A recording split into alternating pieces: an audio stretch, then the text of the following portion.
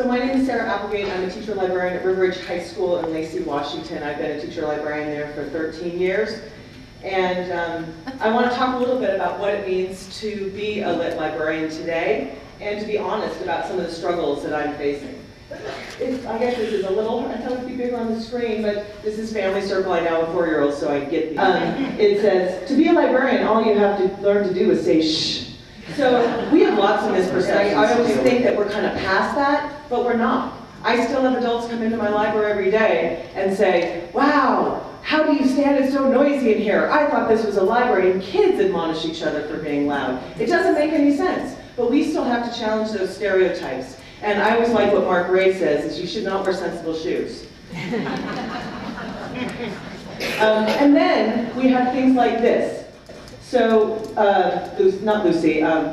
Sally is writing her report on George Washington. She's done it this morning. Yes, ma'am, it's right here. This is my report on George Washington, whose birthday we celebrate this week. George Washington wrote a famous farewell address. He said, so long, from now on, you're on your own. He didn't. Oh, when you write a report before breakfast, your research tends to be a little skimpy. So we not only have the misperceptions of our job, of the shushing and the bun and the glasses, but we also have the fact that students are not good researchers still. They still struggle with learning these research skills. And that's so I love this funnel thing because everything's kind of jumbled in there, moving around. I wanted to find some kind of movement image where things kind of spin. But that's what our job is. It's kind of merging the library information and technology, and at the end, we produce this users and producers of ideas and information. But we've got a lot of challenges that are coming at us from this funnel. We've got administrators who don't understand our work because they're uninformed. We've got budget cuts and district cuts every year, it seems like, that are impacting what we can do with this funnel. We've got legislators that misunderstand the possibilities of what we do. We've got testing that is taking over a lot of parts of our lives in our schools, and libraries are becoming testing sites.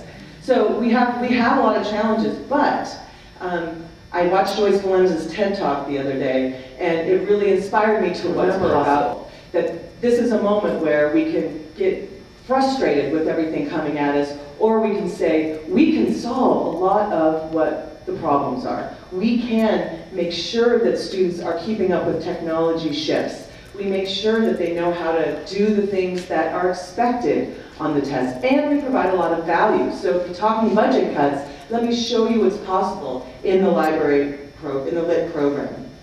So we offer unique and necessary services that aren't happening anywhere else. So we need to recommit to the potential because it's there and we have the skills. So here are our job roles, and I really like this gear image because when one moves, the others move. But one tends to drive it.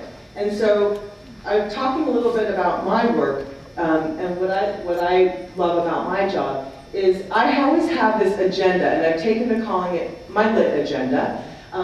That's kind of like the watermark. Kind of in the background. I couldn't make that a watermark, or else I would have. But it's always in the background of what I do. So when I'm doing some instruction, how is that pushing the lit agenda and making sure that students have those skills?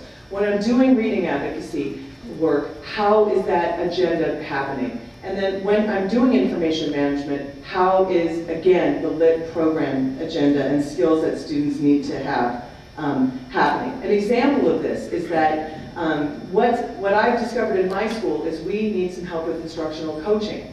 Our SIP work last year, really, we had the accreditation visit, and we discovered, and my principal has shared with the staff a number of times, that there are pockets of good stuff happening, but it's not everywhere. And that's what she wants to strengthen in our building.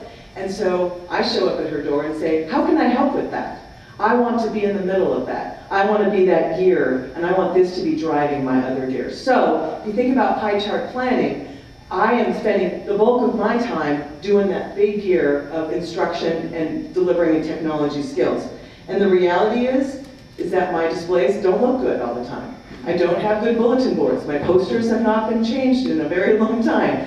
And I'm not happy with that, but I feel like I'm doing what's needed in the school, and the other gears are moving, but I'm doing what's important. So I invite you to do that too.